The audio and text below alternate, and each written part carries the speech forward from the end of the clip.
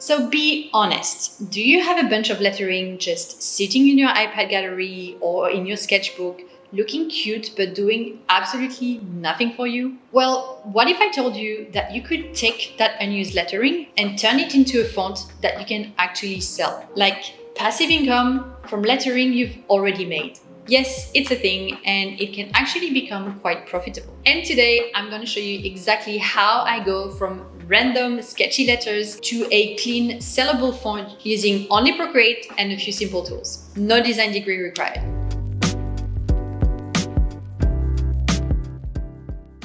Hey everyone, I'm Aurélie, a lettering artist, university teacher, and creator of the course Digital Product Secrets. And I'm so excited to be a part of the Typism Summit again this year and help you unlock new ways to make passive income from your lettering. In today's video, I'm showing you how to turn your unused lettering into a clean, sellable font using Procreate. After watching this video, you'll learn how to transform messy sketches into a polished, professional font that's ready to sell. And if you want a little help getting started, I made you a Procreate font starter pack and it's totally free. It includes my favorite sketching and drawing brushes, a Procreate grid template to draw your letters, and a checklist so you don't miss a step. You can download it via the link underneath this video. Let's get started.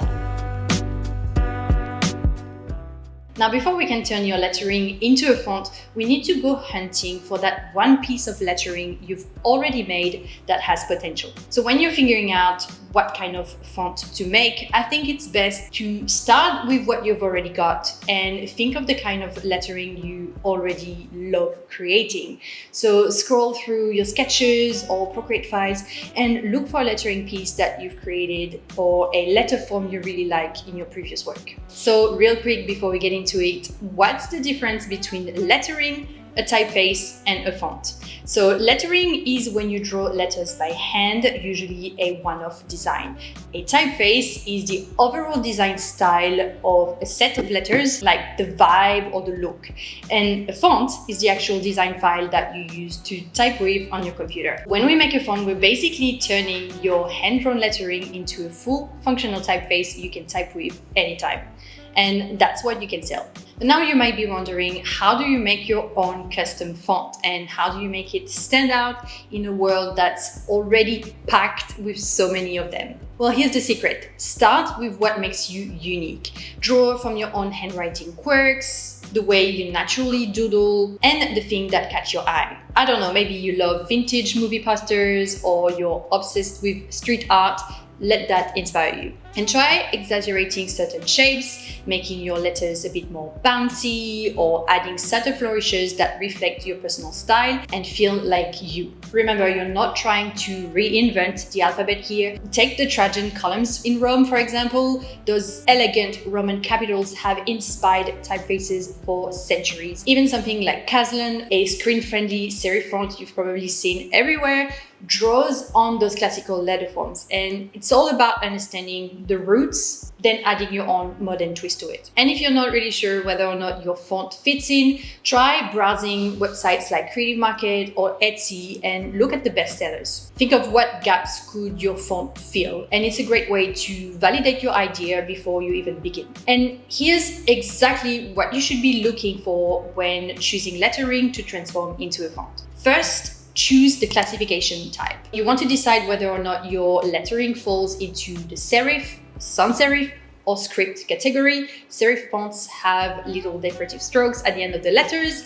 Think more classic and formal. Sans serifs are clean and modern with no extra strokes, and scripts are based on handwriting with lots of flow and personality. Choosing a specific style, a specific typeface classification helps you stay consistent and gives your font a clear identity. Then you want to look for foundation letters. So you don't need to have a complete alphabet to start. Even one letter is enough to create a new font. But let's say you want to create a serif typeface, for example. If you have one round letter like an O, one square letter like an H, and one triangular letter like an A, for example, that's ideal, as you can reuse them to create the rest of the alphabet. But if you cannot find these shapes in your existing work, don't worry, we'll draw them later. The next thing you want to look for is consistency. So your letters should feel like they belong together. I like to think of characters in an alphabet as siblings, just like brothers and sisters. They're different individuals,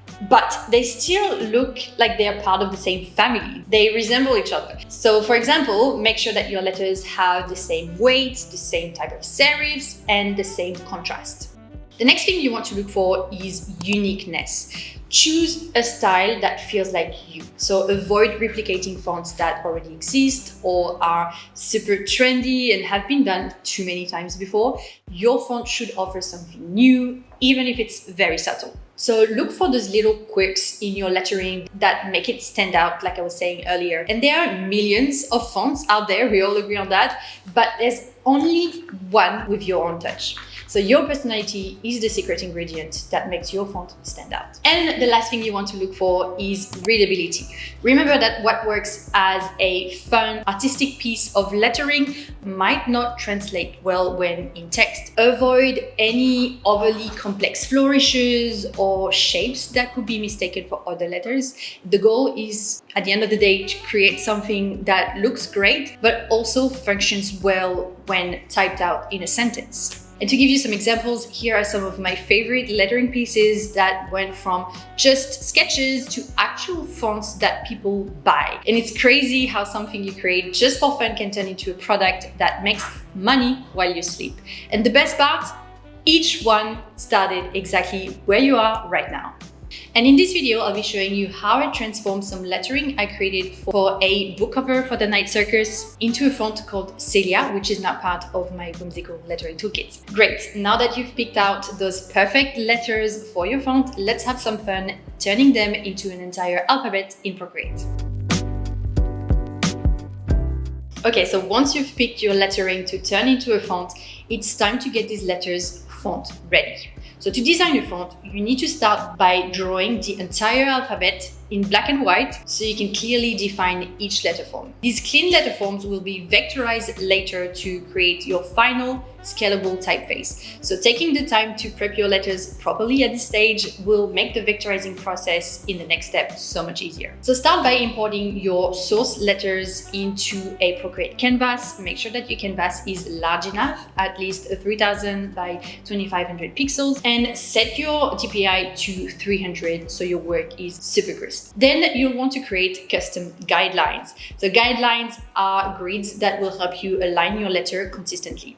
And depending on the type of font you're creating, you'll need to set the guides for the baseline, X height, cap height, ascenders, and descenders if needed. So I've provided pre-made grid templates for you, so just pick the one that you think will match your style of font best. So this will really help keep everything in proportion as you work through your alphabet. But guys, please note that creating guidelines for your lettering will always be custom. The way you position your guides will always differ and will need to be adapted to the letters you are constructing. And because I'm doing uppercase serif letters in this video, I only need to draw the baseline, the cap height, and a min line in the middle. And this line can be positioned as high or as low as you want, and you'll see that depending on where you place it, it can dramatically change the look of your letters. Now, you want to make sure you keep your letters consistent in size when drawing them. Trust me, this will save you hours of work later. So create each letter on its own layer and name them clearly to stay organized. This simple workflow hack will make your design process so much smoother. Now, there are a couple of things to keep in mind when drawing your letters. When designing custom typefaces, particularly when working with uppercase block letters, like in this example, I typically like to begin with simple uppercase letters like an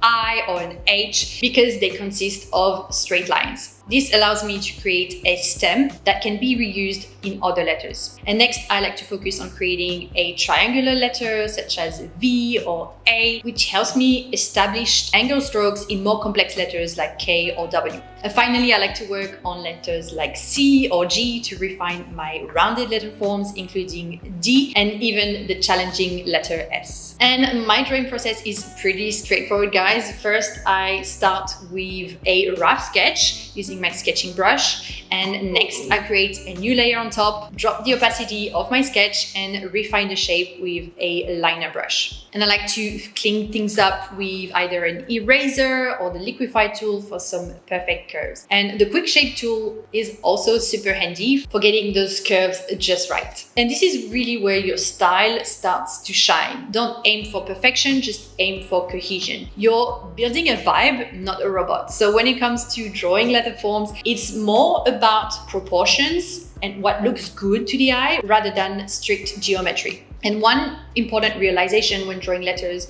is that they're not purely geometrical. They create an illusion of geometry. So just like a face is not perfectly symmetrical, letter forms are never exactly the same size or perfectly aligned. So when you're drawing your alphabet, you will need to make a lot of tweaks to the letter just to make sure they look consistent. And don't forget to look at the negative space also. So negative space is the space around the letter form, and it's just as important as the letter itself. So what you can do is blur your eye and kind of check that there are no letters that look bolder or that feel too dark compared to other letters. So here's a pro tip, guys. You should constantly zoom in and then zoom out while you work. So when you zoom in, you can perfect those tiny little details, and when you zoom out, you can catch any inconsistencies, like strokes that are too thin or too thick, or maybe shapes that look out of place and only happen just once. Remember that the weight, the proportions, the contrasts, they all need to flow nicely together. And this is a skill that takes time to master. But the more you study existing typefaces, the more you'll develop an eye for spotting and fixing inconsistent strokes. Okay, now that you've seen exactly how to refine your letter forms into a beautiful, consistent alphabet, let's turn these letter forms into vectors. All right, now that you've drawn and refined your alphabet, it's time to bring it to life and actually turn it into a working font file. And that part might sound a little bit techy, but I promise it's super doable and honestly kind of fun because you'll literally see your letters become something you can type with. So the first thing you need to do is to export your alphabet from Procreate. And I simply recommend exporting it as a high resolution JPEG file. So make sure your letters are clean, black and white, and centered nicely on your canvas, and they all have the same height. And that will save you so much time later. Next, you'll need a font building tool. And if you're just starting out, I recommend Calligrapher. It's free and it's completely beginner friendly. You can also use an app called FontSelf on your iPad. And I've actually made 2 YouTube videos on how to use those apps, so make sure to check them out. And if you want to take things to a professional level, there's an app called Glyphs. That one's a little bit more advanced, but it's my personal favorite. So once you're inside your font editor, the process is pretty simple. You're going to upload your alphabet image and assign each letter to the correct character slot. So A to Z, numbers, and punctuation. For Calligrapher users, you can skip the vectorizing part entirely for your letter forms, and it's a lot simpler, but way less precise. So if you're using FontSelf or Glyph, you'll need to vectorize each letter manually. And since this can be a little bit tricky to do in the app, I personally like to use Illustrator first to vectorize all of my letters on one single canvas. And then I just copy and paste them into Glyph. And that's my preferred method. So once you've copied and pasted all of your characters, you'll be able to start typing with your new fonts in FontSelf or Glyphs. And this is when you can start to tidy up the letter positions, making sure they are all proportional and aligned properly on the baseline. And this is also when you'll want to adjust the kerning, which is basically the spacing in between each letter. And you'll be amazed at how much better your font looks when you fine-tune the spacing between tricky combination like AV or TO. So you can think of kerning like filling the space between letters with water. The shape around each letter might be different, but you want the same amount of liquid flowing evenly between them, so nothing feels too tight or too empty. And once everything looks good, you've checked the kerning, you've checked the proportion, everything looks great, you can export your font file as either an OpenType file, OTF, or TrueType file. TTF. And that's the actual digital file you can install on your computer and start typing with. And this is your finished product ready to be shared or sold. And I don't know about you, but seeing your letters typed out for the first time is such a cool moment. It's literally your handwriting turned into a product. So now that your font is ready, let's talk about what to actually do with it. Okay, so you've done it, you've made your own font. Now you're probably wondering, how do I actually make money from this? And this is where things get really exciting, because fonts are one of the best digital products out there.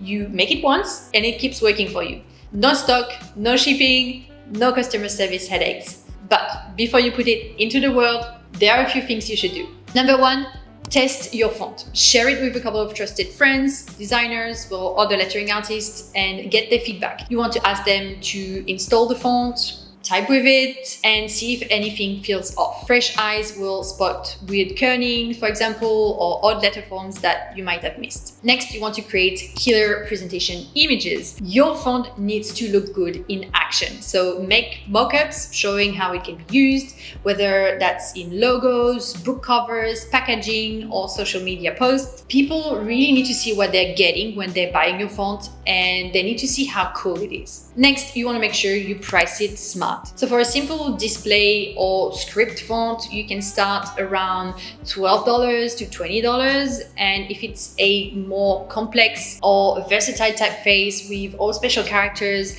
then you can go up to $50 or more. And I think it's all about finding that sweet spot between competitive enough to attract buyers, but not so cheap that people think it's low quality. So simply look at similar fonts out there and price yours based on its uniqueness and value. And lastly, you want to decide where you're going to sell your font. My go-to platforms are Creative Market and Etsy, and of course, my own website for full control and full profit. Now, if you want to learn how to package your font properly and set up your online shop, that's exactly what I teach in my course, Digital Product Secrets. I run this course only once a year, starting on May 15, and during the live round, we actually create a digital product together, step by step, and I show you everything from idea to finished product, ready to sell. And it's the fastest way to learn, get support, and finally launch that product that you've been dreaming about. But for now, you've officially made your first font and you're ready to put it out into the world. Next, I'll wrap everything up and show you how to keep learning and growing so you can actually start earning from your lettering. There you have it. You've just learned how to turn your unused lettering into an actual font you can sell. How cool is that? You've taken messy sketches, refined them, built a full alphabet, and turned it into a digital product that can make you money while you sleep. But honestly, what I've shown you today is just the starting point, and I could go into so much more detail for each step. And there's a lot more to learn if you want to take this skill to the next level, like how to choose a sellable lettering style, how to vectorize like a pro, and how to turn your font into a digital product that sells on repeat. So if you're curious to know about how to do that, I would love to invite you to my live workshop on font making happening on May 1st. I'll be showing you the full process live from start to finish. How to create a font in Procreate, how to refine it, prep it, and then how I've built a whole business around selling digital products like this. It's going to be super fun and you'll walk away with tons of extra tips and tricks that I didn't have time to squeeze in this video today. So you can sign up via the link in the description below. Thank you so much for joining me at the Typism Summit, and I hope this video lit a spark for you and show you that turning your lettering into a font isn't just possible, it's actually easier than you think. So grab your font starter pack, sign up for the live workshop, and I'll see you there.